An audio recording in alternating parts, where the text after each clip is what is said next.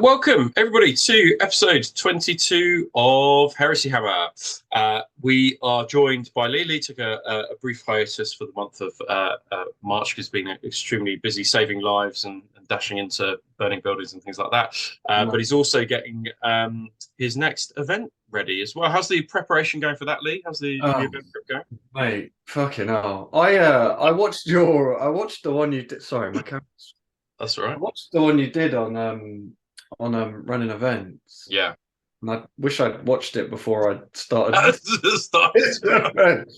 It's a lot of work. Like, It's a hell of a lot of work, isn't it? oh, Yeah. yeah. Yeah. No, I'm looking forward to it, but yeah, I'm a bit like I probably didn't appreciate, especially because I think the trouble is because I'm doing without going too in depth, like depending on what objective you're fighting for in the campaign depends on Yeah. what mission you play. Yeah. So rather than there being like four missions for for four games over the weekend, Yeah. writing like 25 missions Yeah, yeah, because that's it always depends what you're fucking doing. So I'm just a bit like, so all the missions are wrote now, but I'm just a bit like, I'm fucking sick of writing missions, to be yeah. honest with Then you you. gotta cogitate whether they work or not in reality, right? And I this mean, is the trouble. And the thing is as well is I've kind of realized like I'm not gonna get the chance to play test all of them. for 25 missions, yeah, Yeah, so it's kind of like I mean a lot of them are very similar. It's just little nuances here and there. So I think I mean we play tested one, didn't we? yeah, yeah, And I've changed that slightly. So I'm fairly happy with that'll work, but that'll need another playtest. But yeah, it's a fucking lot of work. It yeah, really is. yeah, But yeah, it'll be good. Hopefully, it'll be good. Like, yeah. hopefully, it'll be worth it. But I definitely did not like any hobby time I have is just non-existent. It's all any spare time I get is going on this event.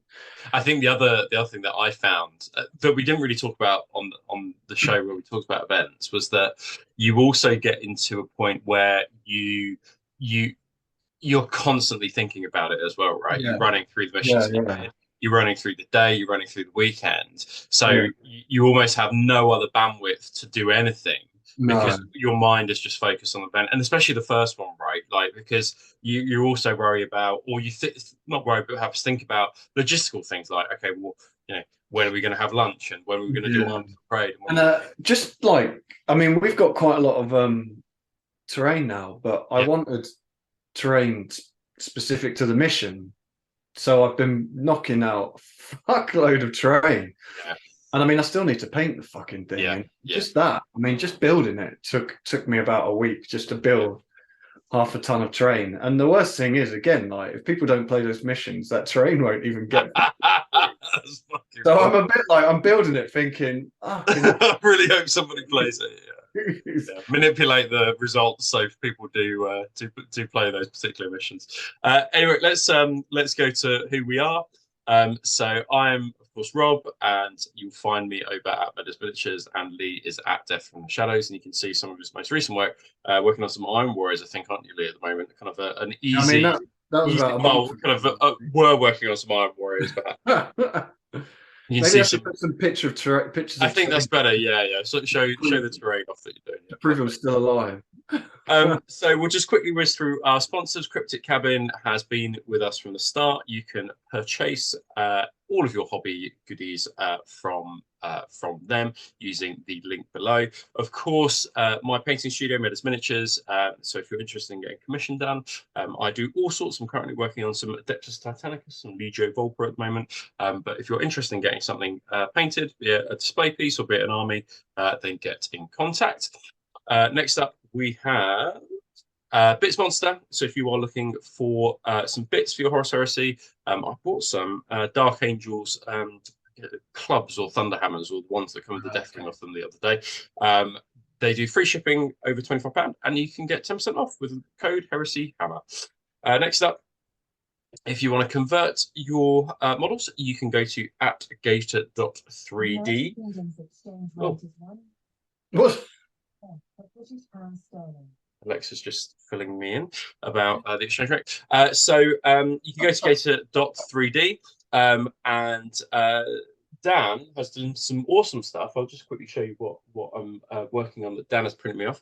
Here I have got a little Custodes. Can you see that, Lee? That little Custodes. Just Custodes. I don't know what it's called. I think a Caladius, isn't it? yeah. And that is going on some bases of some Adeptus Titanicus, along with a Contemptor, little Contemptor dreadnought that I've drawn some holes in, and there's In going to fact, be I saw some of the pictures you put up from the. You've done some Adeptus Titanicus yeah, stuff.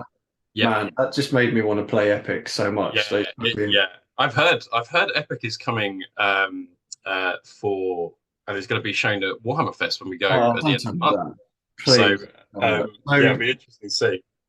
so we'll be changing it to. Epic Hammer. Yeah, Oh man, if they exactly. do that, I'll be fucking balls deep in that. Oh god. No doubt about it. Yeah, I mean Oh, they've got the flyers for it. They've got the big models. It's just the smaller models now, I guess, isn't it? yeah. Yeah, Oh, awesome. Right, and let's go to our final sponsor, Beowulf. So beowulfminiatures.com. Definitely worth checking out his Instagram, but loads of stuff on his website that you can go check out and purchase to upgrade your plastic miniatures as well. So thank you to those guys who sponsor the show. And we are talking about, what are we talking about today? Today, Lee, we are talking about Bound Daemons. Now, I get really confused between the spelling of demons. I think that's actually incorrect, isn't it? Because Games Workshop spells demons kind of oddly. this is incorrect, but this is the way they spell it. Right, okay. Yeah. So as you, Well, I thought that's actually how demons were spelled. yeah, I thought it would, but maybe it's not. I don't know. Anyway, so don't judge too harshly because I think they spell it extremely oddly. And as you'll go through, we've got some medieval pictures or Renaissance pictures of demons as we go through. Frightening stuff here. You've got a kind of demon in his blood. I think this is the Samus that we really needed, wasn't it? Crazy as fuck. But yeah, me and Lee are going to be talking about Bound Daemons today. The army list is pretty short. But there is a whole raft of kind of rules around the army lists that we will kind of whiz through and go through, and how they can be joined to a traitor force as well, and how the allied detachment now can be kind of led by the HQ, because that can be your that can be your warlord as well. So a few different changes. Let's go over to our more community stuff though. So we've got hashtag Heresy Hammer. So first up, we've got Mediocre Hobbies. Now, this guy does a load of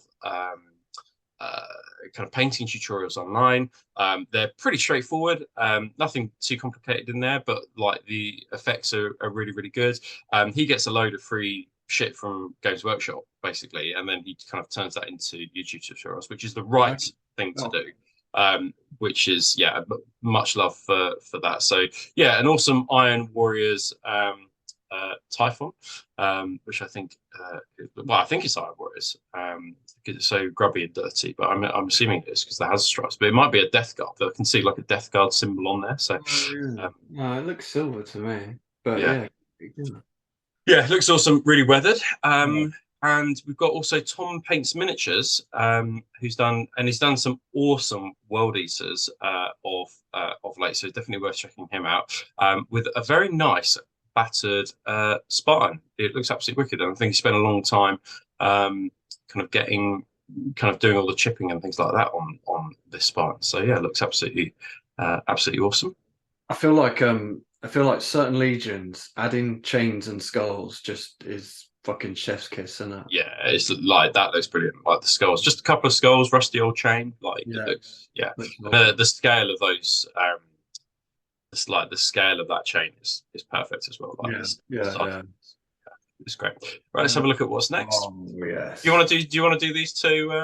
I'll do these. So what's this? Kids Dangerous 117 from Cardiff. Fucking beautiful Cardiff. This is fucking awesome, isn't it?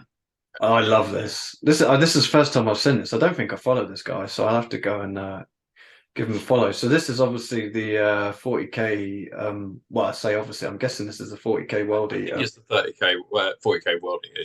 Yeah. Body, and then where's the head from? Is that a 40k? I think it's also 40k, but I think he's just scraped off all the corn stuff. Ah, that looks fucking awesome.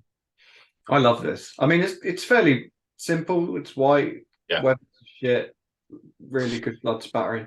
yeah, But that I think it's awesome. fucking brilliant, doesn't it? I I, love. you could definitely use that as an alternative to like Khan's body as well. You know, the Yeah, yeah, yeah, yeah, like he's yeah. got that like similar tubing. If anything, I actually think that torso and legs are better than the Khan.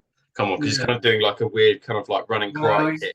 it's still an And awesome model, but he's a bit dated now, isn't he? He's yeah, one of the I think first so. ones to come out. And he But comes on, he's like a 25 mil base as well. yeah, Like, yeah. yeah. So yeah, a great alternative to Khan if you're looking for an And alternative. I'm loving the red armor as well. The later um red armor. Yeah, this is fucking awesome. Yes. Oh. And then we've got the Hobby Hotel with some rather sexy looking Sons of Horus. Yeah, look great. And are they they're the helmets, aren't they? Some Some of of them. them are. Some are look 3D printed to me. And they So look some of those are there's real uh variety in the squad. yeah, they look fucking great. The one with the Vexilla, that looks like one of the I could be a 3D printed, but it looks No, like that one I think is the Games Workshop one. But I okay. think some of 'Cause you them, remember when we first saw them, we were a bit like these look shit. yeah. But I think now they've got out in the community and people have painted them differently. I think Yeah, it's interesting, isn't it? But I mean, yeah, he's done a fantastic job on these. yeah, they look brilliant. I love What's that that? green, like Let's see that what's minty next. green. Yeah, it's awesome. Yeah, the bases are really cool. Yeah, yeah, awesome job, both of them. Oh, here he is.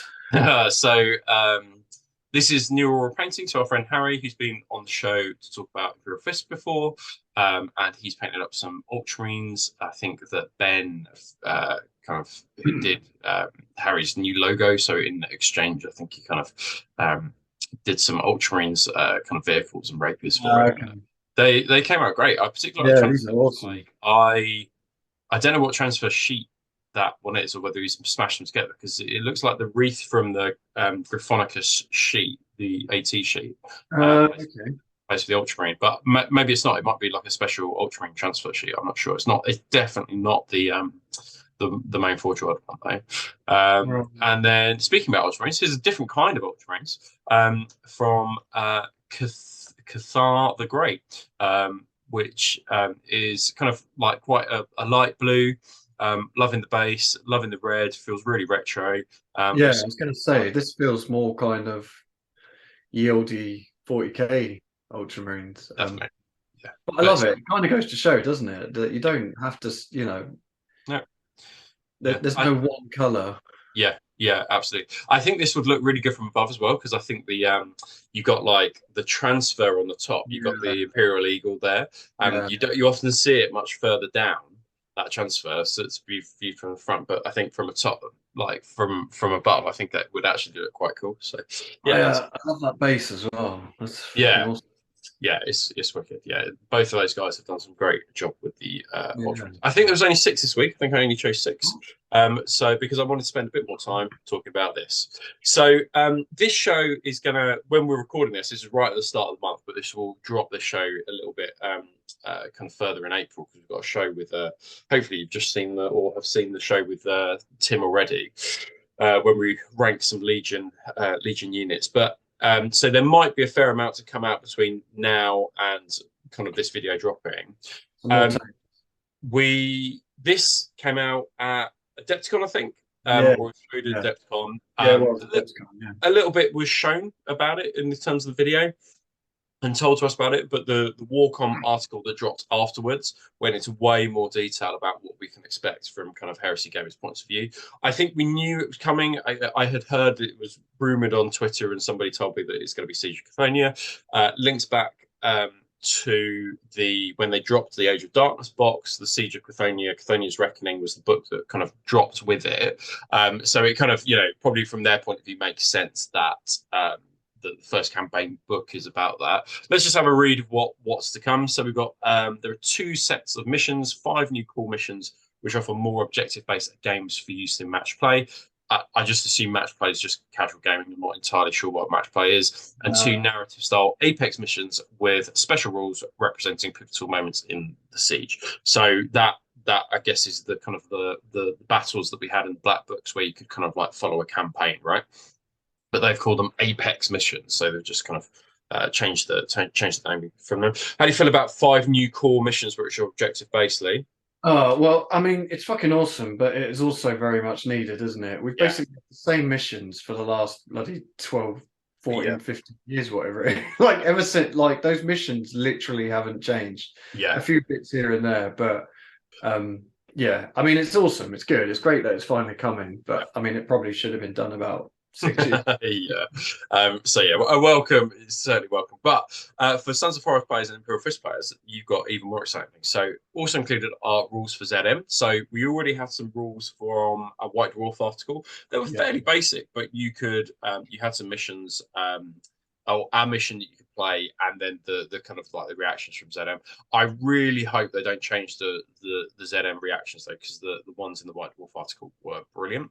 And then you got 5 missions and dedicated campaign rules, extra Imperial Fist and Sons of Horus rules for the characters, and weapons that starred in the siege, and a great swathe of upgrades that can be used by any legion, from Decurion tank commanders to the unstable Inducti. So Interesting. that is like a whole host of things, right? So it looks like Imperial Fist and Sons of Horus gets special things, but also all legions will be able to benefit from some of these new units and new rules as well. So from your point of view, Lee, does that sound kind of an interesting take for a non Sons of Horus or non Imperial Fist player? So I think this is fucking awesome, and this is kind of what we, well, didn't think was coming, but it was on our wish list, wasn't Yeah, it? From the very definitely. start that we were going to get campaign books. Yeah, So I'm mega happy that we're seeing them come. I am, and this is awesome.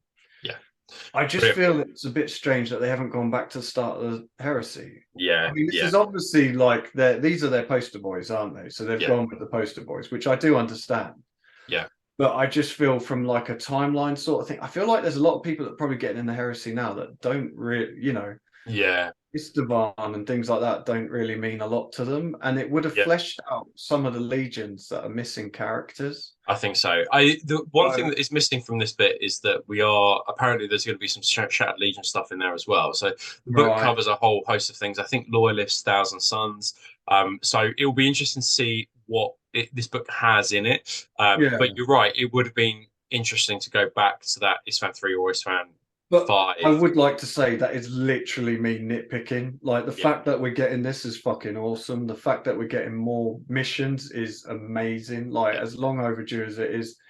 Proper rules for Zone Mortalis. I haven't played a Zone Mortalis in it's game in second awesome. edition, Yeah, but yeah, everyone who has said it's that's where it's at. yeah, So yeah. and also with Awesome. all the new GW Zone Mortalis stuff they've been releasing, Makes it so accessible now. yeah, yeah, you don't have to spend £15,000 on a Forgeworld Zone Mortalis table. Yeah, exactly. Yeah, they're all slightly warped. Yeah, absolutely. So I think this is awesome. I think it's amazing, and I mean, it makes sense that this is the way they did it, rather than drop in a huge black book Yeah, every two, every 3 years. yeah, yeah, I just, if the like the absolutely gold standard in my mind would have been if they'd gone back to the beginning and done like a timeline through the heresy. But I mean, they can still do that, can't they? This yeah, is yeah. It this is definitely the first seems of like many.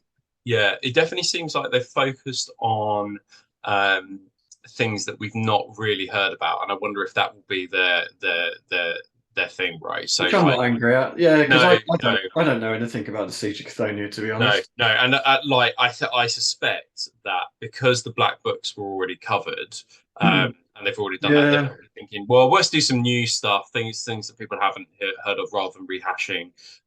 yeah, You that's true. Yeah, it know, makes sense. Like I say, I just feel like there's some legions that could do with some characters, some named characters.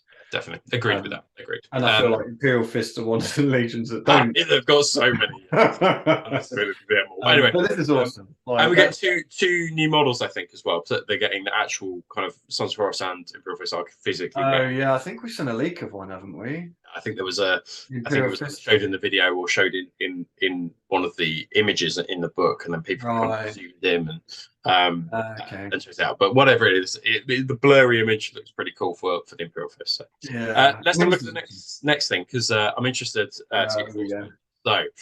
So, the big Lords of War, Fellblade, the Glaive, and the Fulshire, I think it is, went off the website not too long ago, and I think that in the run up to Adepticon, people were, would have put money on the fact that these things were plastic.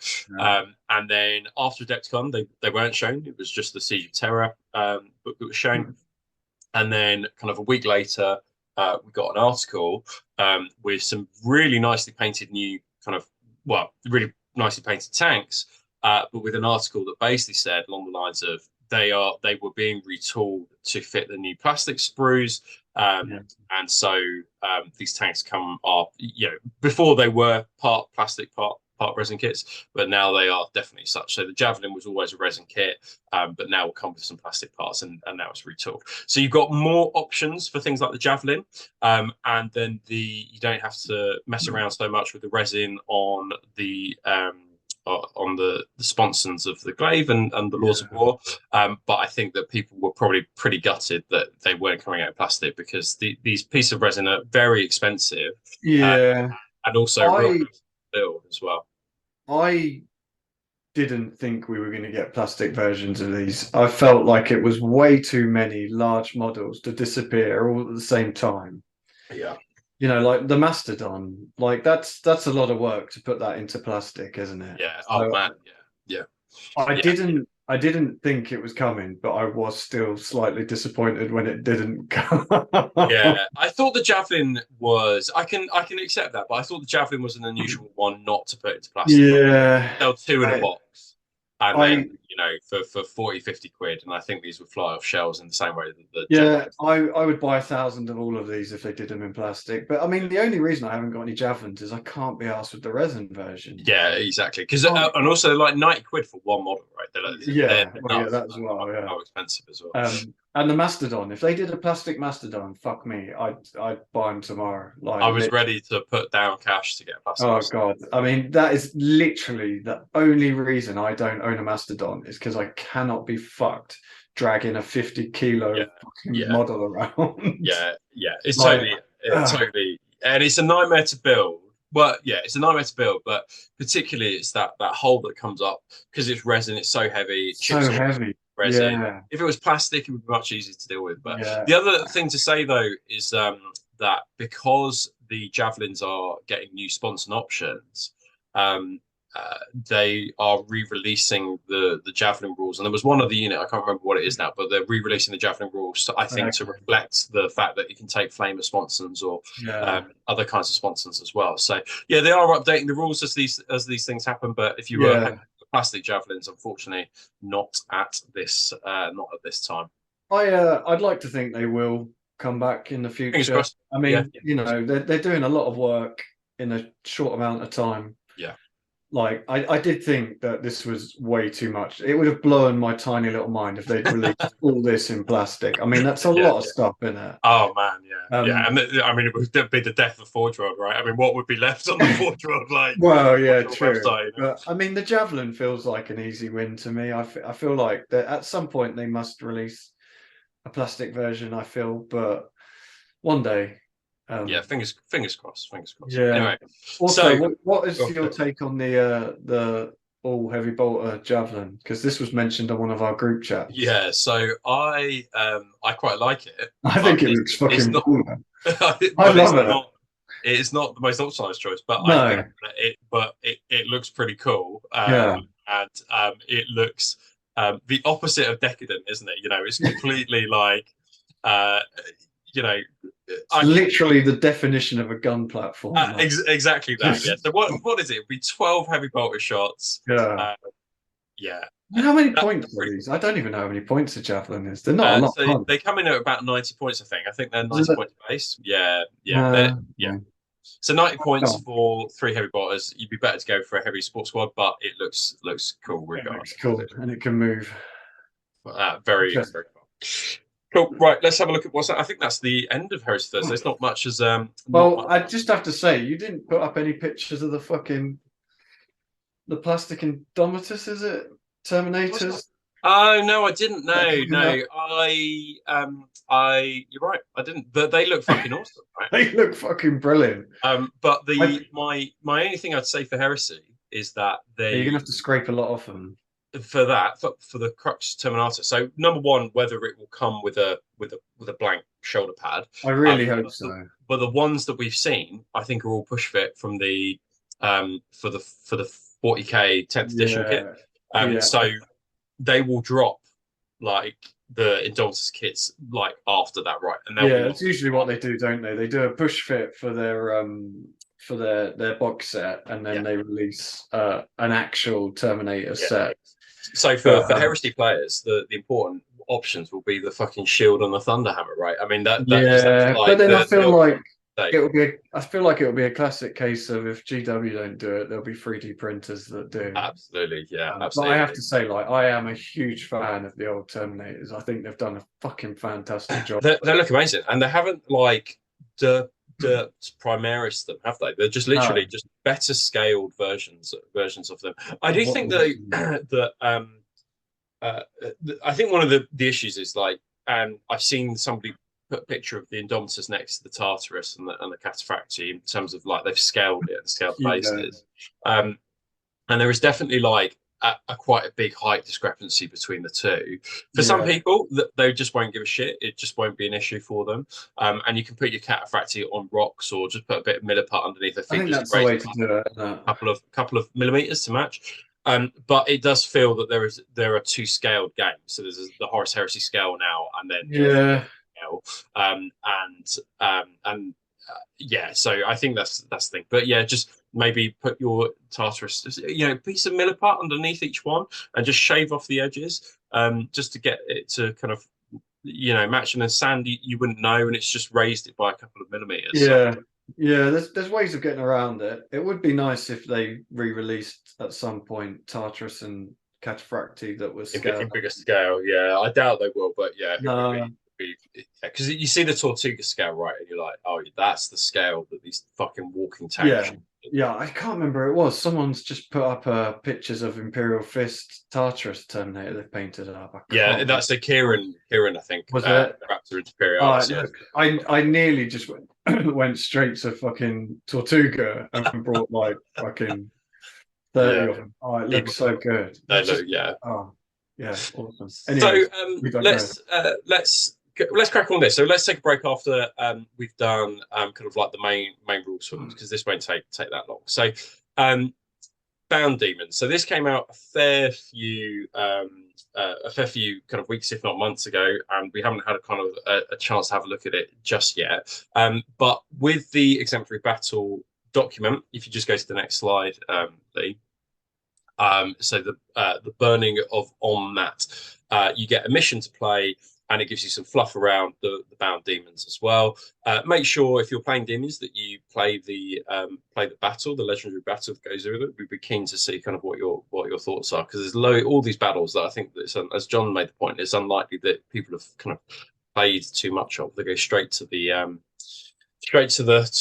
rules, right? Yeah, But yeah, so it comes in this quite a detailed pack from the exemplary battles document. So yeah, but what it did do, most interestingly, is give us kind of this Bound Demon army list. Now the list is not exhaustive, but it certainly is quite a cool way to introduce demons into traitor forces. So if we have a look at the next slide, Lee.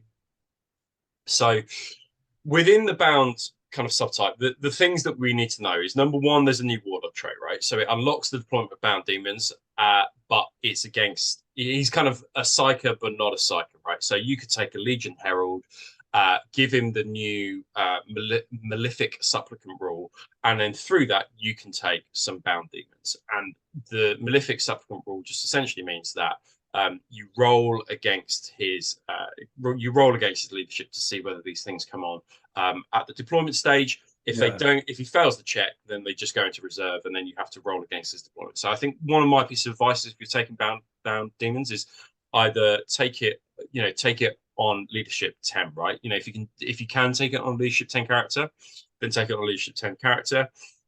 Something like a traitor or whatever. So yeah, so that's a way to be able to get Bound Demons into your list. As I said, if you want to bring the Bound Demons on, where before in the first edition you had to bring them on through warp portals, that doesn't happen now. For each unit you have Bound Demons, you roll against the Warlord's leadership. If it passes, if it rolls under, you can place those on the table up until a point where you fail the check, and then all the other demons have to go into reserves, and you roll for them again with the psychic check rather than a normal reserves roll. So they go on the leadership, and it's representing that The warp is fickle. exactly right, and it's also representing your ability to summon the demons against your psychic powers. So so what are your thoughts on how they get brought in, Lee? Do you like the way they're brought in? I really like it. I think and I think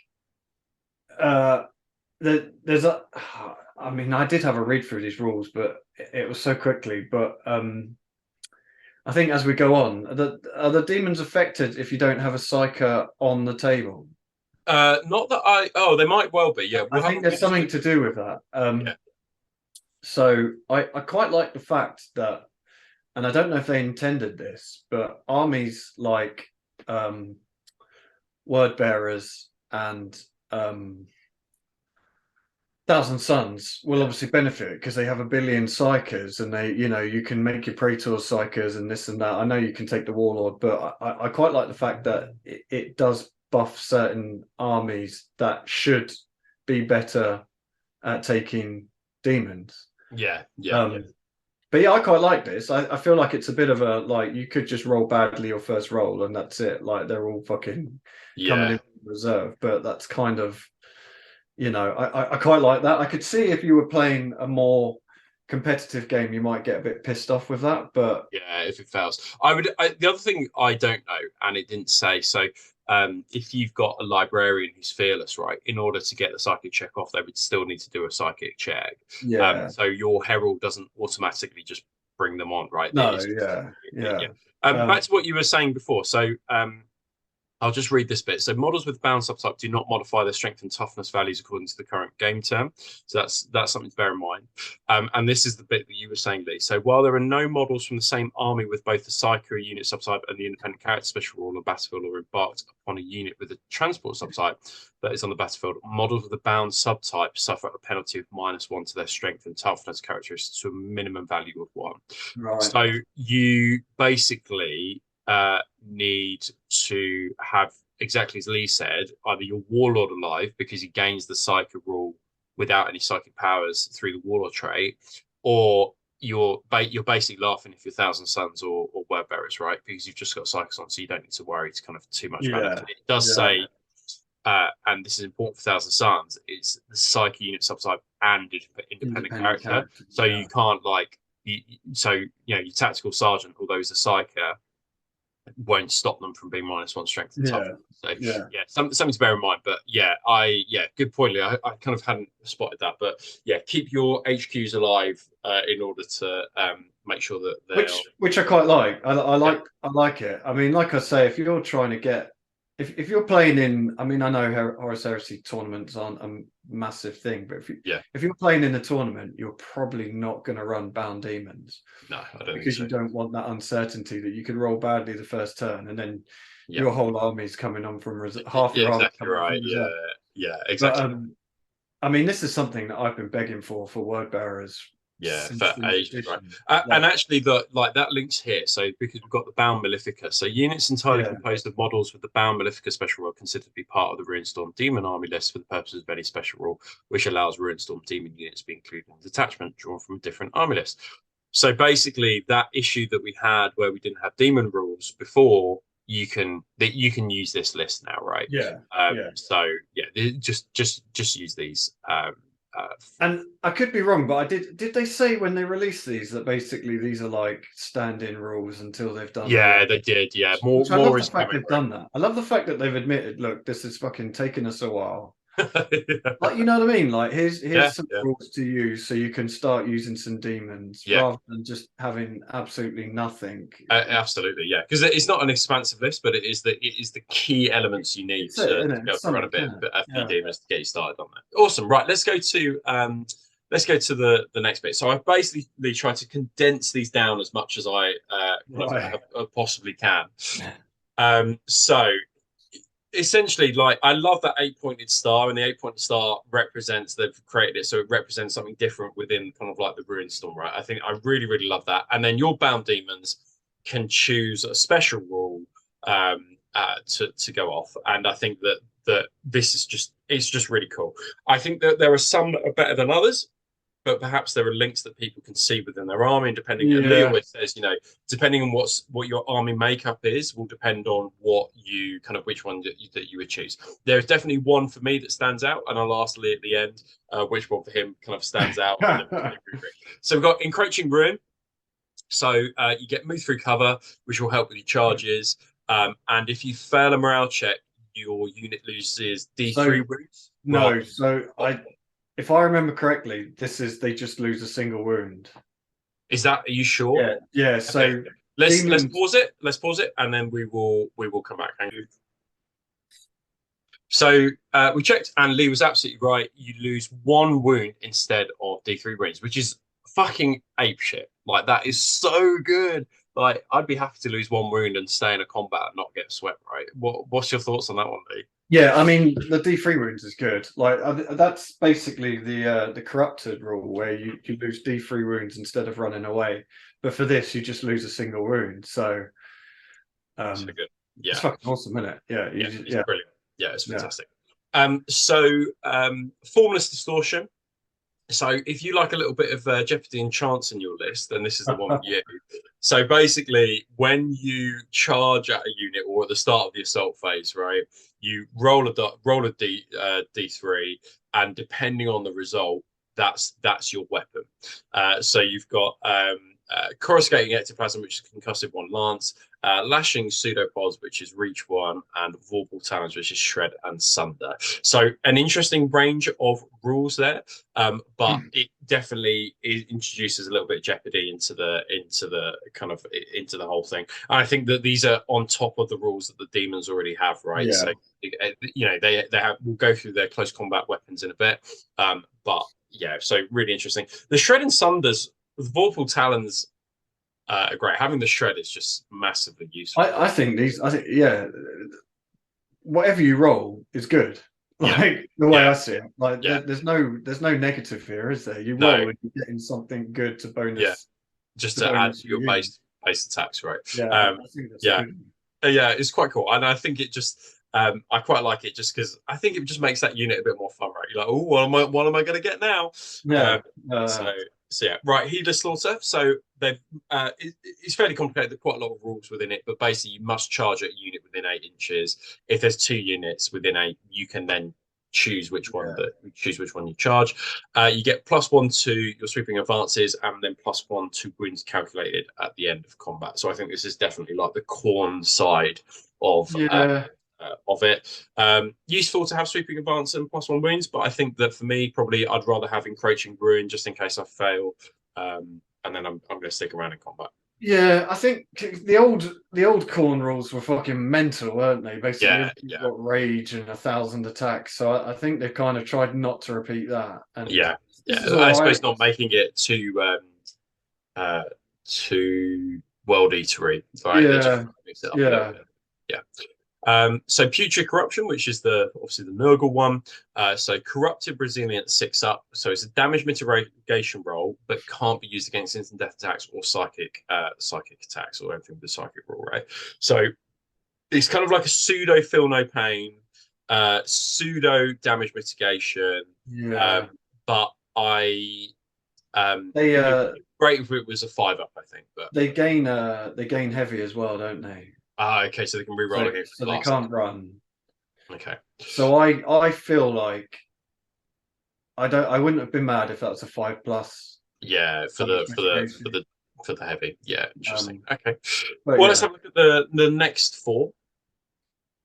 So Ravenous Dissolution gets +1 to hit against demons, psychers, independent characters, or corrupted. So if you are, this is an interesting one, I think. But if you are, hunting independent characters, for example, it might be useful. But yeah, an interesting take on this. Is there something I'm not seeing with this one? I feel like at 90% of events, you're just none of this is. Yeah, only the independent character, right? You're not going to be playing against demons. You might have the odd psyker, and you're going to have a few independent characters, but yeah, I don't know. Mostly wasted. Yeah. We've got Malevolent Artifice, so reroll fail saves against weapons with a lower strength than the model's toughness. So I did look back at this, so it didn't say whether it was shooting or close combat attacks. It's just all attacks, right? So there will be some occasions where it will be useful to go to reroll fail saves. But remember that the demons are like either 3 up or 4 up, right? So there are lots of weapons that are just going to go straight through there. There are, but on the flip side of that, most of the demons, in fact, all of them are toughness 5 or above. Yeah. So, but there'll be some specific weapons that will be useful, right? Like bolters, re-rolling saves against bolters. When you will be great. Because those pesky ones that you always get, or the 1s and 2s, it would be really useful. But I think that if you're against a clever opponent, you're just going to be like, well, I'm just going to use my high toughness. My last cannon is going to go basically water cannons or something. Yeah, exactly right. Exactly. Rapture sensation. If the charge successfully not disordered, so they go at +1 initiative and +1 to run, charges, and any reactions in terms of their movement. So they don't get it on the movement, just on the runs, the charges, and any reaction. And then they fight at +1 initiative. Now, it's exactly the same as the Emperor's Children rule. Basically, you sort out all of the initiative steps, you do all those bits, all of those rules, and then you add the +1 to it. So if there's anything going at initiative 1, that you would actually be going at initiative 2. Right. So, yeah, we'll talk about that one in a bit. And then Infernal Tempest. So it's Hammer of Wrath 1, and then you got Deflagrate there. If you already have Hammer of Wrath, you get +1 to it. And then you also get a shooting attack with that is part of a reaction. So it's not actually a shooting attack, it's only part of a reaction. So Infernal, the Elemental Eruption, so it's Strength 8, user AP 5, Assault 2, Deflagrate, Retaliation.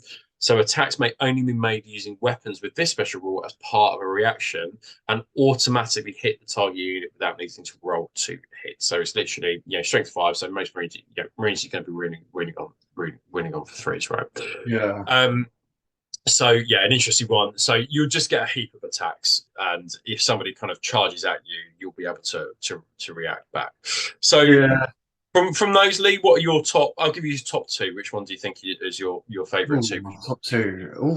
Ooh. Can I go? I'm just going to skip back. Yeah, go back. Yeah, go for it. Because I can't actually remember. I don't know. Top 2.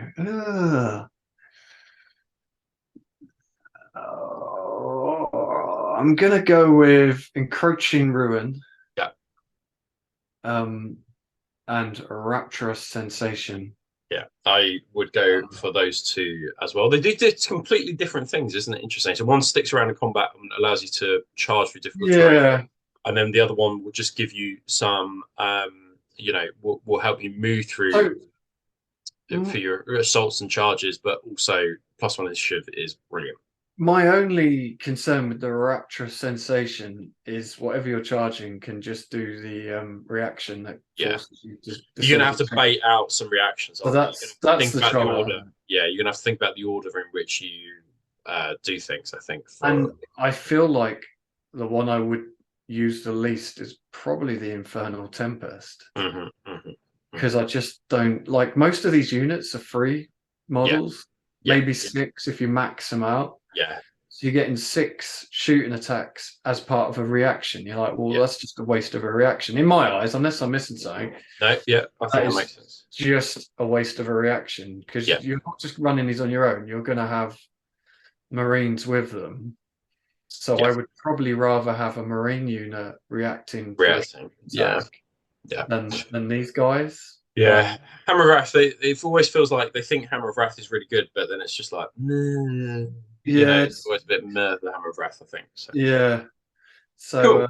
So yeah, so that's our kind of hot take. Loads of choices there, and I think the other thing that you've got great modelling opportunities with either Games Workshop ranges, 3D printing, or third party kind of demon models that might, you know, if you've got a Nurgle army, it's very unlikely you're going to take Rapture Sensation, right? yeah, You're but going to be taking the Nurgle one, right?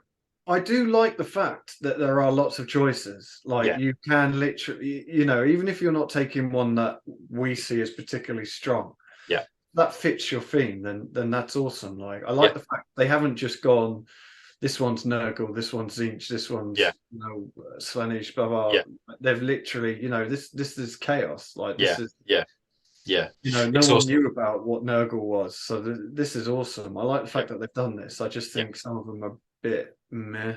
Yeah, yeah, in comparison to others. Yeah. Cool. Right, let's have a look. I'll tell you what, let's take a break now, and then we shall have a look at the units from there.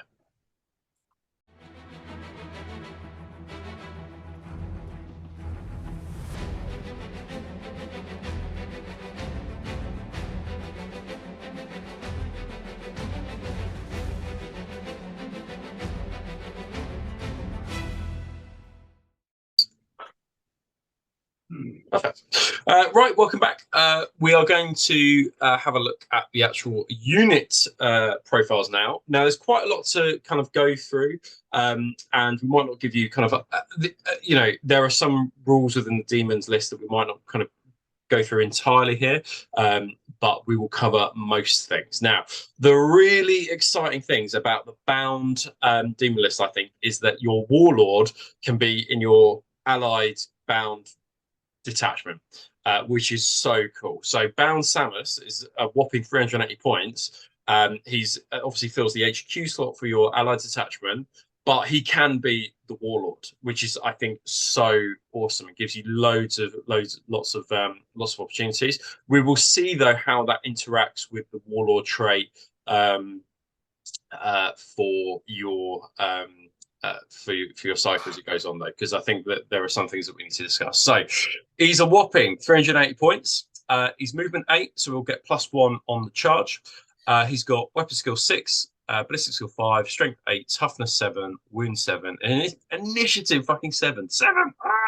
Attacks 4, leadership 9, and a 3+ save as well. So he basically is a stronger, similar to a Leviathan, but just a bit better. But he doesn't have a 2-up save, which is probably right and fair. He's got the Blades of Samus. We'll have a look at that in a bit. He's bound, monstrous, character is unique as well.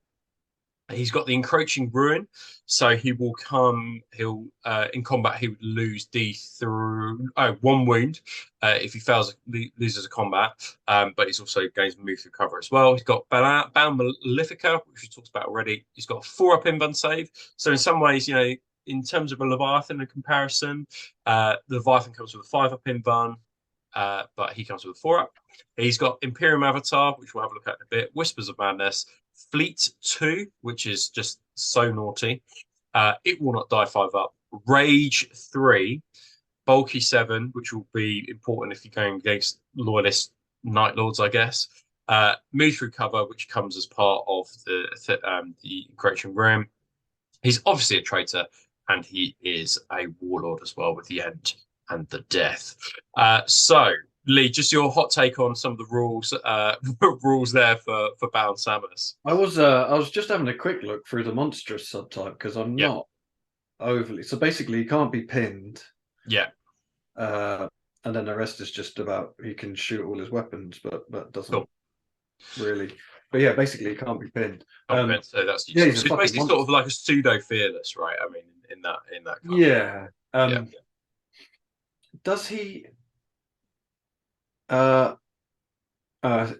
Encroaching Ruin. What was Encroaching Ruin? That was So the it's move through charge. cover, which he has, but also he loses 1 wound if when failing. Okay. Yeah. He's got 7 of them. So Yeah. Sorry. Yeah. Yeah. He's fucking awesome, isn't he? yeah. Yeah. So do you want to read us the Warlord trait, the end and the death? Because it's quite cool. Yeah, so the end and the death. When fighting in a challenge, successful in one. You might want to read the Samus may always be bit as well, because I think this might be important. The hey. So Samus may always be selected. You Oh, sorry. Warlord, the end and the death. Samus may always be selected as an army's warlord, even if it is not part of the primary detachment or HQ choice. If chosen as the army's warlord, Bound Samus replaces the Imperial Avatar special rule with the Eternal Warrior special rule, and automatically has the end and the death as its warlord trait, and may not select any other. So yeah, Eternal Warrior is powerful. There's not many models that get Eternal Warrior, is there? That's brilliant. And I think it makes sense, especially when you're paying 380 points. But Yeah. for Samus, right, and then the end and the death. When fighting in a challenge, successful invulnerable saves taken against Bound Samus attacks must be re-rolled. In addition, an army with Bound Samus as its warlord may make an additional reaction during the opponent's movement phase, as long as Bound Samus has not been removed as a casualty. Interesting. Okay. Re-rolling invulnerables is just like, yeah, that's horrendous. That's when you roll like, oh, I need 5 4-ups, and you do it, and you're like, yes. To re-roll them, yeah. No. Yeah. You have to re-roll them. It's fucking nuts. I mean, he's a whopping 380 points, but yeah, you're probably going to want to take him as your warlord. I think we need to probably, after we've done this, probably go back and have a look at the warlord trait around the psychic checks, because that would mean that the other person would not be the warlord, so they couldn't take that trait. So yeah, something for us to consider. Let's have a look at his weapon options, because the other rules might be in the next part. So I just found some more medieval art for us. So he's got what looks like a cat as a crotch here. So ethereal invulnerability, basically he has a 4-up invuln, but this invuln save can't be taken against weapons with the 4 special rules. So be super careful about that, because even a power sword, which has double strength, it's AP3, right? So it go right through his armor, and his strength 8. So it would wound him on 3. So be careful about librarians and things like that, because I mean, you're going to go first. But I guess he's still toughness 7, isn't he? So yeah, but you'd be wounding him on 6s, but you're automatically wounding him. No, unless you force, then you double his strength. Then you're double his strength. Yes, you'd be wounding him on 3s with a rend as well. So just be super careful about that, because that's going to go straight through your armor. Imperial Avatar. So when a model with this special rule suffers an unsaved wound with the instant death special rule, it is not immediately removed as a casualty, but instead loses D3 wounds instead of 1 for each unsaved wound. With the instant death. So there's that you remove that rule if he is the warlord, because he gains Eternal Warrior. But if he's not the warlord, then he loses D3. So basically the same as Dreadnoughts. Can't be just taken off the board by a Paragon Blade. Do you want to do the Whispers of Madness for us? The Whispers of Madness special rule grants the following benefits. If Bound Samus has been placed in reserves and has not yet arrived on the battlefield, reserves rolls may be made by an opposing player to bring units into play from reserve are modified by -1. This modifier does not stack with any other negative modifiers to reserve rolls. Use the highest single modifier instead. Got it. Okay. Any model within 18 inch of Bound Samus must reduce its leadership by -2 when making psychic checks. This modifier is cumulative with other effects that reduce leadership for the purpose of making psychic checks. So, any model. Yeah. That's interesting. So you really want to keep him away from a lot of your stuff. So it's good, right? But you need to keep him away from your psychic units. While locked in combat, Bound Samus increases the value of its Fear 1 special rule to Fear 2. Okay, that's pretty fucking good. That's good. Yeah, go on. Carry on. That's interesting. Yeah. But you do have to be careful there. -2. That's pretty huge, right? Because also, if you fail the check, then is it D3 wounds? Is it on the unit? Yeah. So you got to be so careful about that. But what that is good for is if you are fighting that enemy librarian, and they want to do a psychic check to make their force weapon force. Yeah, They're doing it at -2. yeah, so that it kind of offsets it. It's interesting about the reserves as well. So if he's placed in reserves, your enemy also suffers -1 to reserves as well. So like, although you've lost some of your units, you know, your opponent is also kind of like disadvantaged as well with that. Yeah, That's interesting. Really I feel interesting. like you want him on the table. Yeah, but you have to, make the psychic check to be able to do No, it. I know. I feel like, yeah, Yeah, it's interesting. yeah. Cool. And then Blades of Samus. So it's counted as a single weapon and it's considered demonic. It's strength user, so I think he's strength 7, wasn't he? He's AP2. It's melee, armor bane melee, and murder strike 5 up, which is all pretty good, right? You haven't got the strength 10 that say like a Leviathan has, for example. But he's just No. going to cull mooks. He's also not, his attacks aren't instant death either, so he's not at strength. I should just go back one for me, because I don't know if he is strength 8. Let's have a look. Oh gosh, right. So he is strength 8. So yeah, so your normal guys are going to have to pass their invulnerable saves against him. Otherwise, they're just going to be fucking squashed unless you're Sigismund. So yeah, I think Lee, let's take a look back at this warlord trait with the site like the bound, because I think that making him the warlord might affect the way in which you can bring your bound demons on, I think. So if we just go back a couple of Sorry. right to the this one here. So let's, in fact, why don't me and Lee have a discussion off there, and then we'll come back and then discuss our thing. Right. We just want to get this right because there's lots of rules in different places. So if you want to take Samus as your warlord, you can absolutely do that, but it does mean that you are going to have in your HQ slots a psyker of some kind. So for myself, if I'm running Sons of Horus, I would have to take something like a librarian or an esoterist, which is great because they've just released a new model. For you though, Lee, yours is slightly different for your legion. So do you want to talk about how that would interact? Because I think anybody in your legion, any independent character can. So yeah, so if you're a praetor, you can take Burning Law. Only praetors can take Burning Law, Right? Okay. Which gives them the psyker subtype, whatever it's called. Got it. Okay. Or you can take Diabolus, Right. which again makes them a psyker. It's like I'd probably take a librarian over one of them, to be honest. Yeah. Okay. But my concern is, and I could be wrong here, is if you don't deploy all your guys at the beginning, they're coming on from reserve. Correct. You need to bring them on through a psychic check. Yeah. Yeah. So if all your psychers are dead, I'm not sure you could bring them on. Yeah, and so this is the risk, isn't it? This is the thing, I think, which is that if your opponent has 10 Nemesis kind of bolters, yeah, you're going to be really stuck, which is, as Lee said, you need to really take something with as high leadership you can if you're Psycho. So word bearers are ideal. But they can be on a transport, can't they? Yeah, they can be on a transport, so they're safe. So I think you really need to think, if you're taking demons and you're putting quite a few points into them, you really need to think about, I need to keep the dude that's magicking these guys in safe.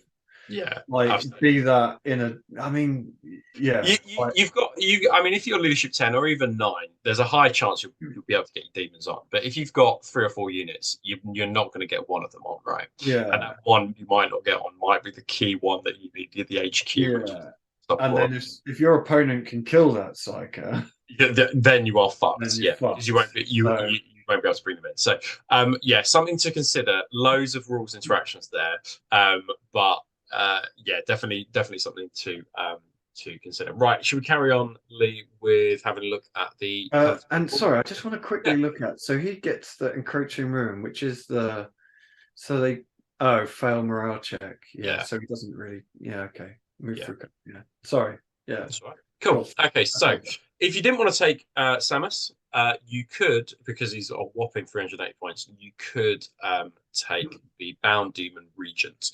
Now, I quite like this because Yeah, the I do. Bound Demon Regent you can get attendants, which is like a command squad basically. But I'm really imagining like a Slaneshi kind of like demon, but then like having attendants kind of giving him dishes of like perfumed water or things like that. I don't know, like something like that. So yeah, but he's not quite as beastly as Samus is. So the Bound Regent, movement 8, again, they'll get the +1 to the charge. Weapon skill 5, fantastic. Ballistic skill 3, meh. Strength 5, great. Toughness 6, which is, if you faced Galvor back before, you'll know how pretty amazing anything above toughness 4 is. Wins 4, initiative 5, great. Attacks 4, fantastic. Leadership 8, meh, and a 4 up, 4 up save. So an attendant has similar stats, so they've got the movement to keep up with the region. Weapon skill 4 though, ballistic skill 3, strength, toughness 5, wounds 3, initiative 5, fantastic. Attacks 3, fantastic. Leadership 7, a 4 up save as well. So not quite as hardy. Sorry, quite hardy, but not and quite a lot of attacks as well.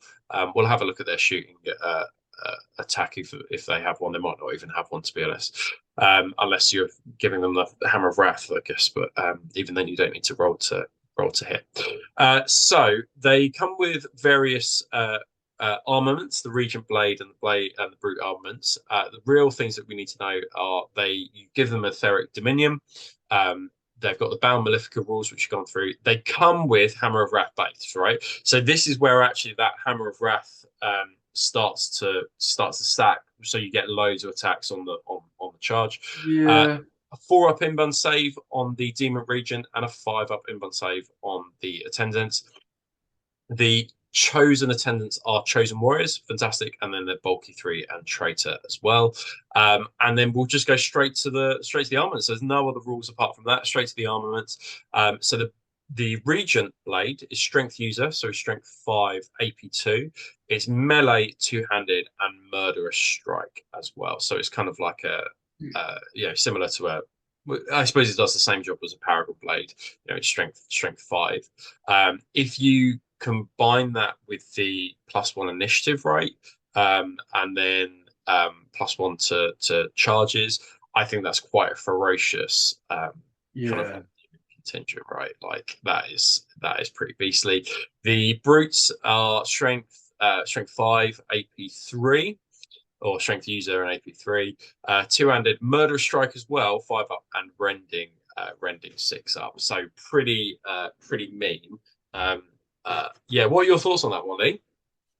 I mean, I like them. I think for the points value, they're definitely good.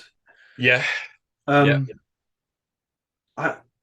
don't know. Like what? So the Bound Demon attendants are 45 points each, so 90 points for 2. Yeah. So you're getting 8 attacks on the charge. Yeah. So you're going to get a few rending, but you're not going to be smashing out loads of AP2. No. Because I tried to compare them to something like the Gal Vorbak, and the Gal Vorbak are absolute machines in close combat. What would it be? So if I compared it to, say, just go for the Demon Regent, let's go with the champion, right? That's a kind of a champion's probably fewer points, kind of 30 points less. A champion comes with a 2-up, 5-up save. He comes with a Paragon Blade and his weapon skill 6 as well, and fearless in a challenge. The Demon Regent's about 30 points more. Leadership 8, so not quite as good as a champion. A 4-up save, but then he's got a 4-up inbun, right? So that someone on the inbun he's definitely beating. He'll pass 50% of his saves.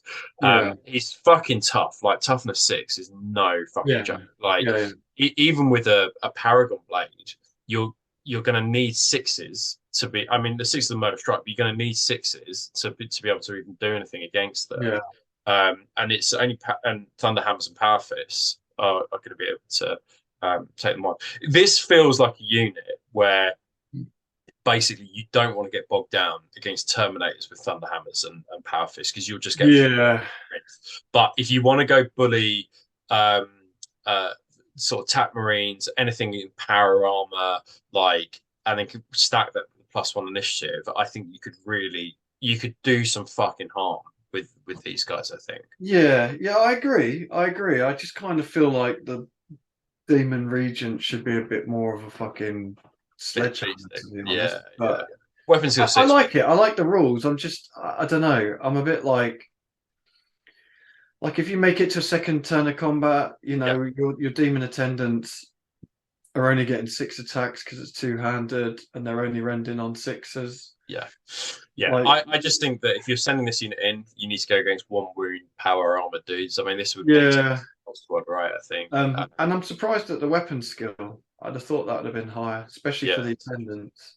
yeah, And the leadership as well seems a bit bizarre to me. I'd have thought demons didn't really get that scared. yeah, yeah, Like, yeah, yeah. um, But I suppose that with the demon rule, they lose D3 if they fail the Rapture, right? They lose D3 yeah, rather yeah. than kind of But like, then when you've only got 3 wounds, yeah, yeah, you know what I mean? That's yeah, like yeah, that rule works better on larger units of single wound dudes yeah. that you don't really care if you lose one. But you got whatever happens, like you're gonna have to if you want to take demons, you have to take this bound demon region, right? There's the Yeah, like yeah. you've just got to take him. I think the other thing is as well, he doesn't.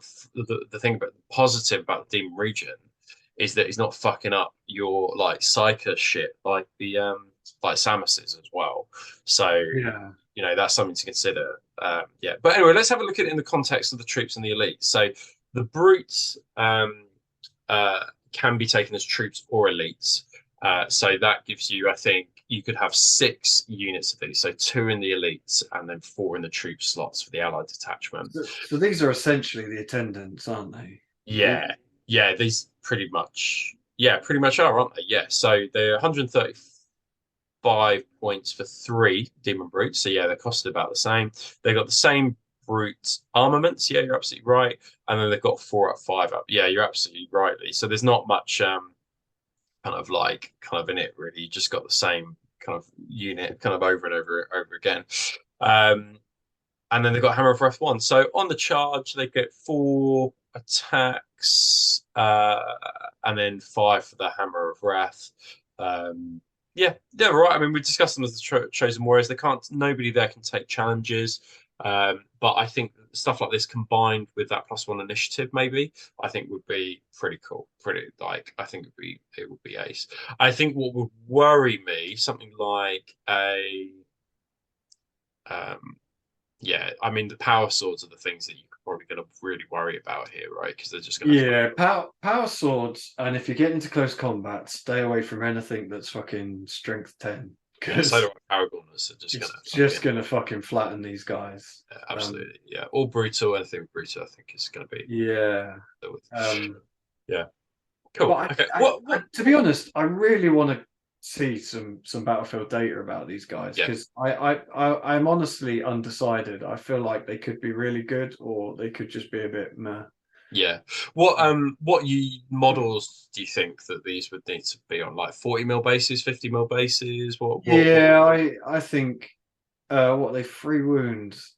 Yeah, I'd go, yeah, 40 or 50, either or, to be honest. yeah. Okay, cool. I'm trying to think what the wounds are for the Gal Warbag, but my mind's There's gone three, blank. three, Are three they wins. 3? So yeah, so 40 mil would be fine, wouldn't it? Yeah, yeah, loads of different ones. I think you could use the plastics. I think would be fine for like plastics from GW. I think that they have obviously what they base these on is the Forgeworld demon models, the demon brutes that you get for 3. Yeah. So pricey, like 60 quid for 3, right? And there's only, I think you've only got like 3 poses, That's it. haven't Yeah, you? yeah, that's it. So you So just repeat.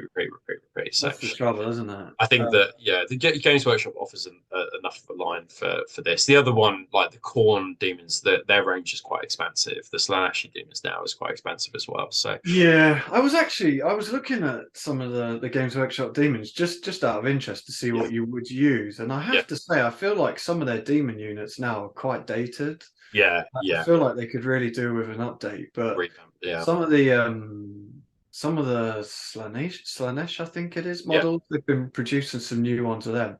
Some of them look fucking brilliant, like yeah, yeah, but like yeah. the Nurgle stuff, a lot of that's quite dated now, Yeah, I think so. or a Yeah, bit yeah, cartoony for my kind of yeah. my like. my liking, but Yeah, if you there's some fucking amazing 3D printed stuff out yeah, there. and that's the thing, right? Like, Like, yeah, so many good like 3D printed yeah, versions out there. But yeah, good. I think the other thing about this is that it's just a little taster, a little starter of what's to come with yeah, the image. yeah, Right? I mean, my kind of opinion is that basically, if you want to fuck them up, if you're a loyalist and want to fuck them up, shoot them from a distance yeah, because you're yeah, going on the invuln save and don't get into close combat with them. If you're going to get in close combat with them, do it with your elite units because their weapon skill 5+, and then they'll be able to.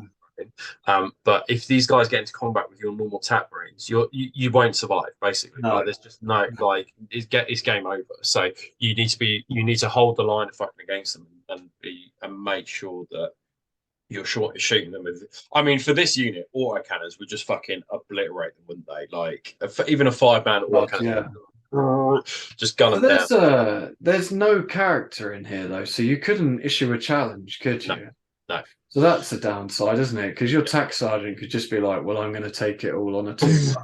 Yeah, yeah. That's it. That's the other thing, right? That's Yeah. uh, Cool. Right. classic. Let's have a look. So that is the demon list. That is it. There's no more. There's one more Lord of War choice, which is Okay.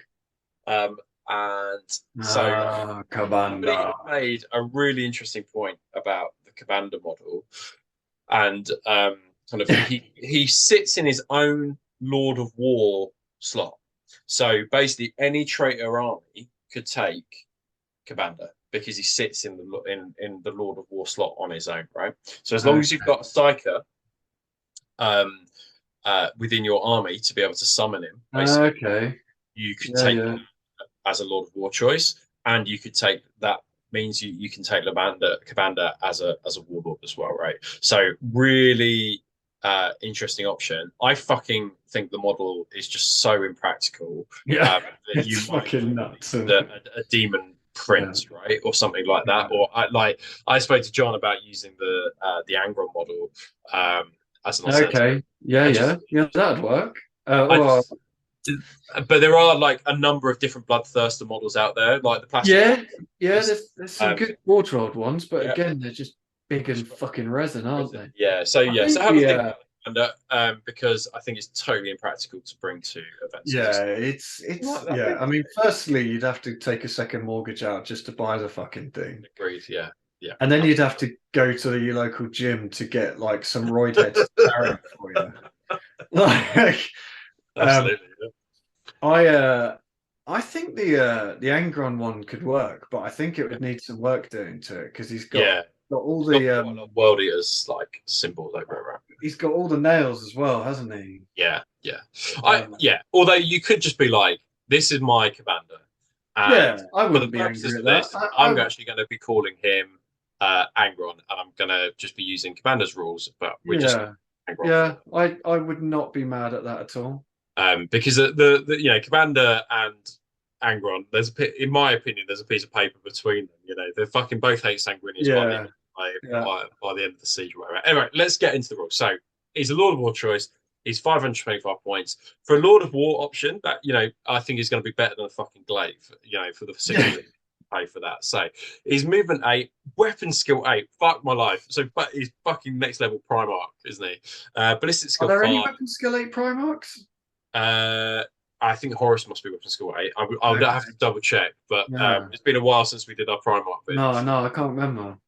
So strength 8, toughness 8, fucking wounds 8, initiative 6, attack 7, leadership 9, and a 3 up save.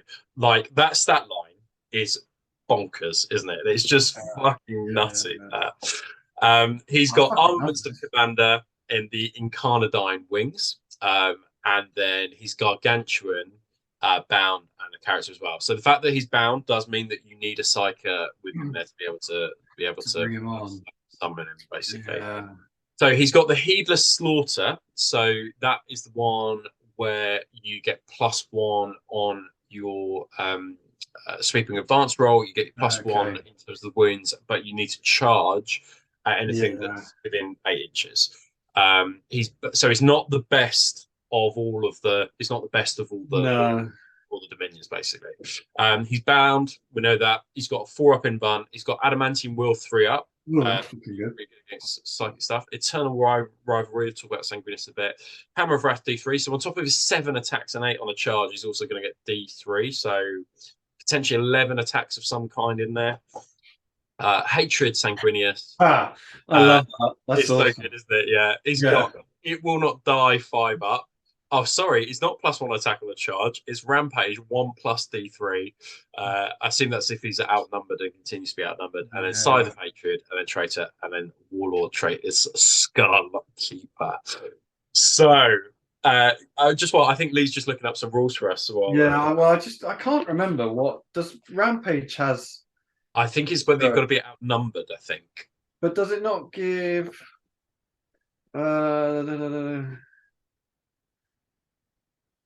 Oh no, it is just a D3. Yeah, you've got to be outnumbered. Yeah, Outnumbered, yeah, which is probably pretty easy because he's not going to be part of a unit. Yeah. He's just going to be fucking culling things down, is it? So, he may. Oh, a commander may always. This is a bit strange wording here. May always be selected as an army's warlord trait. The always and the may seems a bit bit odd there. But he may always be selected as an army's warlord, even if he's not part of the primary detachment or an HQ choice.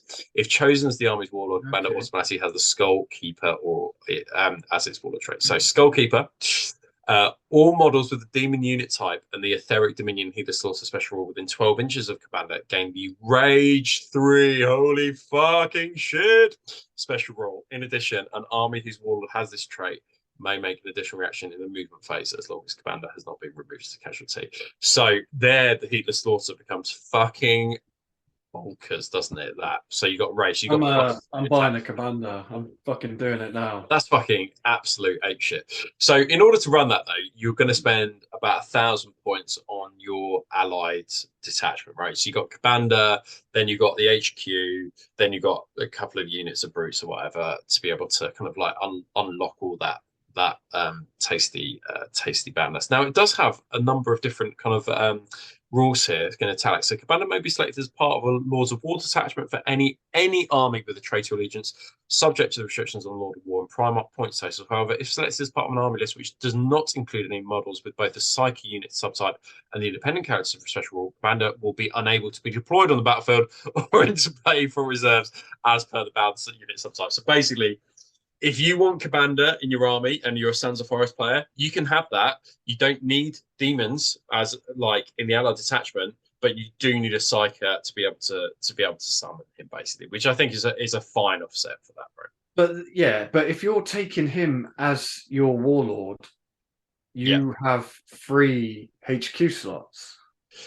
But yeah, plus command. Oh yeah, you totally do, don't you? Yeah. So you can easily a couple of strikers in there. Yeah, so you could easily fit a couple of psych. So I mean, say I don't know. Say you're an Iron Warriors player and you always take a Siegebreaker or something. You don't want to give that up to take Psychers. Well, if you take this dude as your warlord, you don't have to. You can. You've still got space to do other things. Yeah, that's really this is fucking awesome. I like this. I hadn't thought of that at all, actually. But also goes back to what Lee was saying before. If you're a loyalist player and you're listening to this, just be like, right, where's the fucking Psyker? Fucking Nemesis head, and then commander can't come on if they failed the check, right? So right, Lee, do you want to take us through the next lot of rules, because there's quite a few few on this one, so perhaps we know what the advanced save does. He's got right. Oh god, here we go. Fucking words everywhere. Incarnadine wings. At the start of the controlling player's movement phase, or when entering play from reserves, or via the breach of the veil psychic power, a model with the Incarnadine wings may set its movement characteristic to a value of 14 for the duration of the controlling player's turn. Sometimes referred to as activating this special rule. This allows a model with Incarnadine wings to move up to 14 inches, regardless of the movement characteristics shown on their profile, and gaining any other benefits of a movement characteristic for 14, including a bonus. Okay, cool, right. That's so we. I think it maxes out at like 10, right? So I think that it's. Like I'm not sure. Yeah. In addition, models with the Incarnadine wings that have been activated ignore terrain while moving and charging, but must take danger terrain tests as normal when beginning or ending their movement in danger terrain. A model with Incarnadine wings that has been activated treats all difficult terrain as danger terrain and may move over both friendly and enemy models or units without penalty, but must end its movement at least 1 inch away from any model from another unit. Yeah. A model with Incarnadine wings may still run if it would normally be able to run. This does not allow units that include any models with the heavy subtype to run. When making a run move for a model with activated Incarnadine wings, add the initiative characteristics of the model to 14 to determine how far it may move. What is his initiative again? Can we just go back and see what it is? It's like 6 or 7, isn't it? 6. Whoa! So he can move 20, right? So if he just chooses to run, he can just move 20 up the board. He's in your lines. Turn 1, he's in your lines. Fucking hell, that's fucking mad. Sorry, I don't know where I was now. The model ignores terrain and models from other units may make a run move in Incarnadine as previously noted, but may not make shooting attacks or declare a charge in the same turn in which it has run, as per the normal rules for running. During a reaction made in any phase, a player may not choose to activate a model's Incarnadine wings to gain any bonus to its movement characteristic. Cool. Fucking hell, that is nuts. So he's definitely bound. Can you just go back one for me? I just want to make sure that he's definitely bound, so we can start on the board if you pass that check. I can't remember what Gargantuan rules are. Why don't I read through the next bit and then you check out the Gargantuan? Well, I don't. They're not in the rule book, are they? Oh, okay. I think this was something they added to. So, from what I recall, it's like they can only react to things that are kind of like wound 8, like more than 8 wounds or whatever. But right. Yeah. Okay. Yeah. In fact, why don't we pause it, find out, and then let. Right, sorry about that. We do want to make sure we get it right. We don't want a massive rules correction section for next time. Lots of these units are new for me, Lee, as well. So, Lee, after we kind of paused, we were like, oh, they're probably at the back of this PDF, right? That we're checking out, and they absolutely were. So, Lee, you ready for this? So, Gargantuan units have the Eternal Warrior and Fearless special rules. Fucking hell, that's pretty fucking good. Models with the Gargantuan unit subtype are not affected by special rules that negatively modified characteristics, other than wounds, obviously. So rad grenades can fuck off. They're not going to do anything. Yeah. They're not slowed by difficult terrain, although we kind of talked about before, and automatically pass dangerous terrain tests. Awesome. May not pass through, and then they're moving impossible terrain. So all that bit that you just read about kind of landing on difficult terrain, it just doesn't matter for him. Okay, good. Models with the Gargantuan unit subtype count as 10 models for the purpose of determining if the model is. That's going to be important for the rage, right? So you really want to be charging units that are kind of 10 plus. Models of the Gargantuan unit subtype may only make reactions triggered by models with the Armiger, Dreadnought, Primarch, or Vehicle unit type, or any model with the wounds characteristic of 8 or more. So they won't be able to react to your normal dudes, but big things on the table, they will be. So that's quite interesting, actually. Yeah, you wouldn't be able to move towards, like, say, a tax squad comes in. No, you wouldn't. You wouldn't be able to move towards. Although I think by that point, if you put him in the center of the board, move him 20, is kind of whatever things are going to have to move away from him. That's something to bear in mind. Yeah, that's interesting. So successful wounds scored by attacks with the poison or flesh brain rules must be re-rolled against him. So yeah, that's interesting. A model with a Gargantuan subtype may attack with all weapons. Yeah, a Gargantuan. All weapons they have in each shooting attack they make, including as part of reaction. They may make shooting attacks with heavy and ordnance weapons, but they count as stationary. No mod that does not have the Gargantuan unit subtype may join him, so he's just on his own all the time. And he ignores all effects, both detrimental and beneficial, of all psychic powers, and cannot be wounded or affected by any attack with a psychic focus special rule. Weapons with the 4 special rule type that are used to make attacks against the Gargantuan unit subtype are not affected and are resolved normally.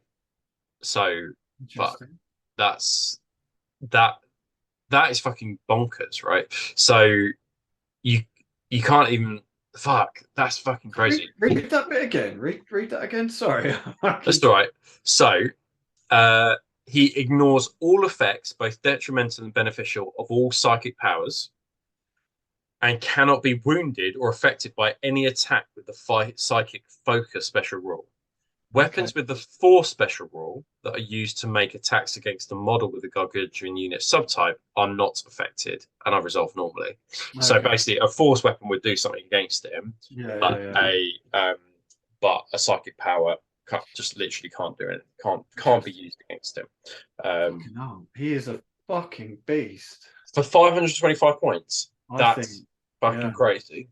Like, he doesn't, like, he gives the buffs to through the warlord trait, like, but we're talking, I'd be love to see a Primarch against Commander, like, and which one would survive, because I'm not sure, just from these rules, I'm not sure I'd be able to call it. He's basically a Primarch Demons list. Definitely. Cool. Right, let's have a look at the last bits, because I think the weapons are also going to blow our minds. So if an enemy army includes Sanguinius, the following secondary objective comes into effect.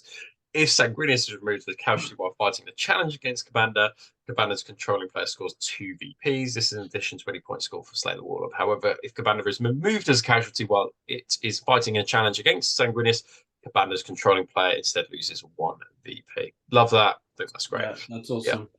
I do think, though, you'll probably just end up with Commander and Sanguinius kind of like having a throwdown for the entire game, though, right?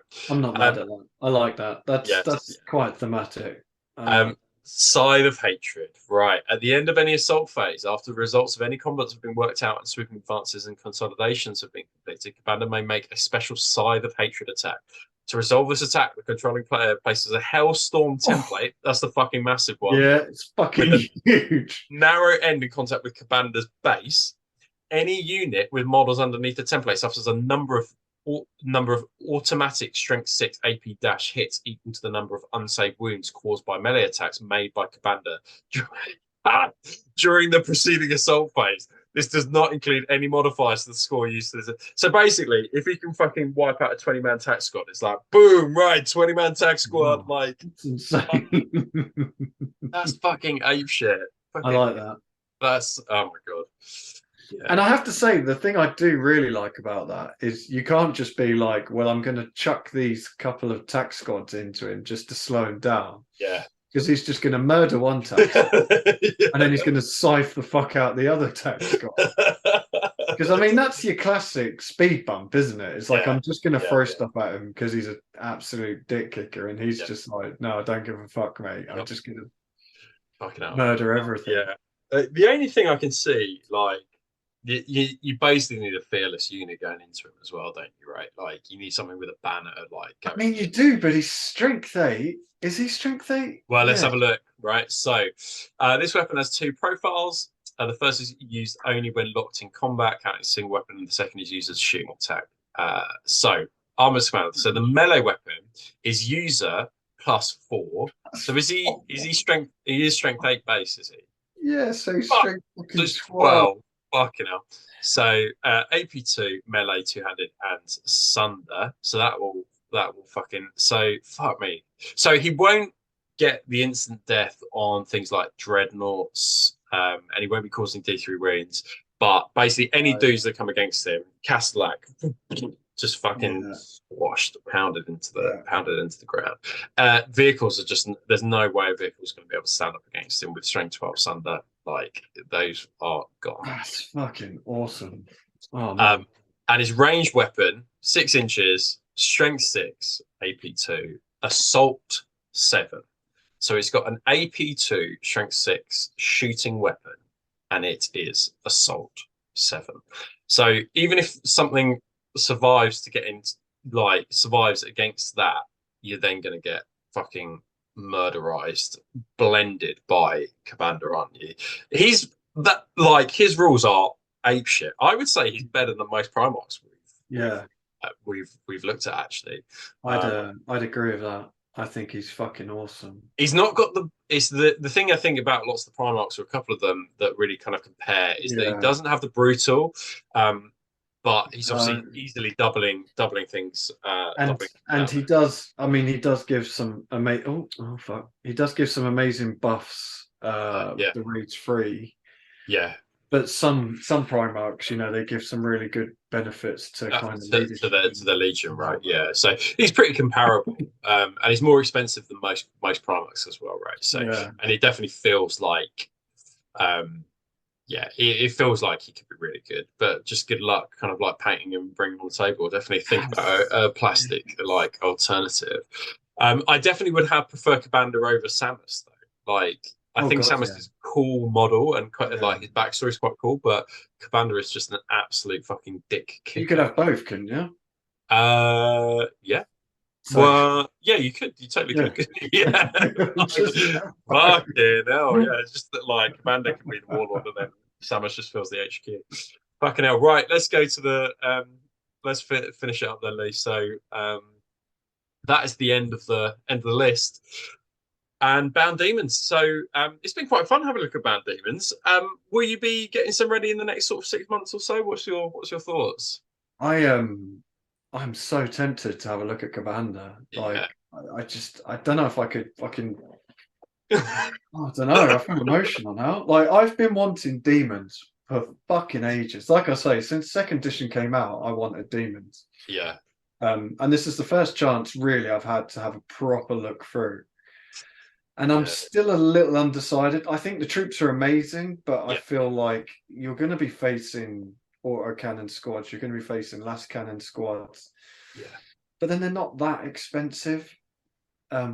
No, they're fairly cheap. As long as you can use cover to be able, I think that's the other thing. Like, you Yeah, need to and they're start. pretty fast. You know. Yeah, their movement. They're as fast as a contemptor, right? I mean, that's the other thing. Yeah, And then you can buff their movements with various like but Kabanda is just fucking blowing my mind. That really has. That is same just shit. like I want to have a look at Angron and see how hard that'll be to convert, but.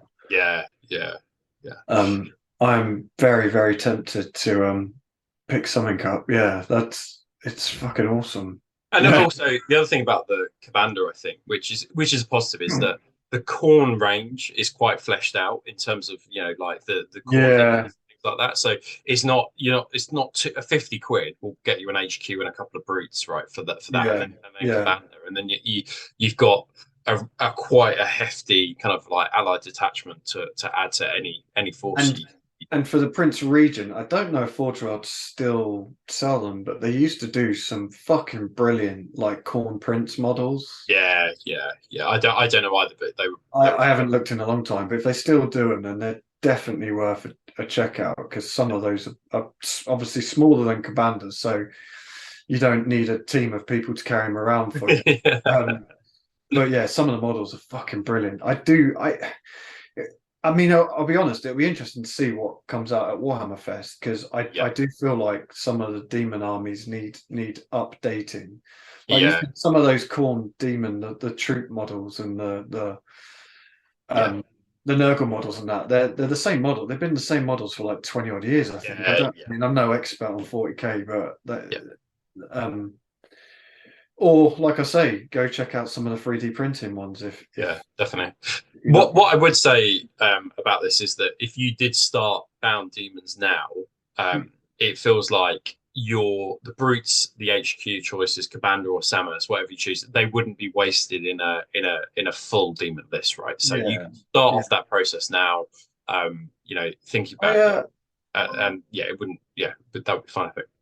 does it say anything about they'll keep these rules even when the Runestorm demons come out? I didn't see that, but I would have thought that because of the way that they are summoned, Bound Demons, I Yeah, think that these will be a more tempting. I hope they keep them because I think they'll be a more tempting choice for yeah, because it is because interesting. it's reliable. It's fairly reliable rolling a 10 or a 9 to be able to get it to be able to. Yeah, I mean, you don't get the buffs to the strength as the turns, but then No, you but you don't get the get the negative. negatives either. Yeah, I think what I like about the Bound Demons is its reliability. I think it's just like this just does what it does. There's no unpredictability or limited unpredictability if you don't take yeah. Samus. So yeah, and I quite like that. I think that's good.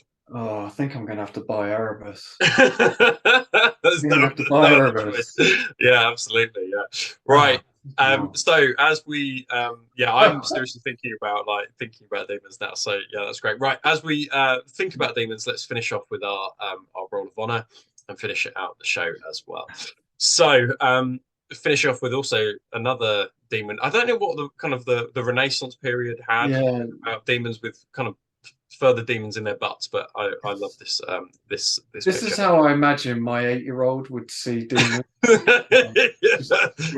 The creativity of a Renaissance artist. Excellent. Right. So roll of honor. So we've got WH Black Panzer, Craig Kell, Nicholas Drax, Andrew G, that guy Lazar, Sagan Sadler, Chris Levitt, Julian, Mark Ainsworth, Dale Barrett, The Old World, Death of Heresy, Kerry Love, Alex Robinson, Tom Spear, Hammer and Nails, 40k, Richard Harris, Chthonic Waterbeast, Simon Whitehouse, Peter King, Ashley Bowley, Pete Day, Al, Randy Overland, Igor Provolotsky, Bradley Schluss, Patrick Greenstreet, Cody Silverstone, Mike Dorset-Wolf, Richard Willis, Tom Hayward, Neil Atherton, Ben Robinson, Walter Cookforth, Ben Ide, Gore Crow, Liebkalia X, and John McCardle and Thomas Silverstream.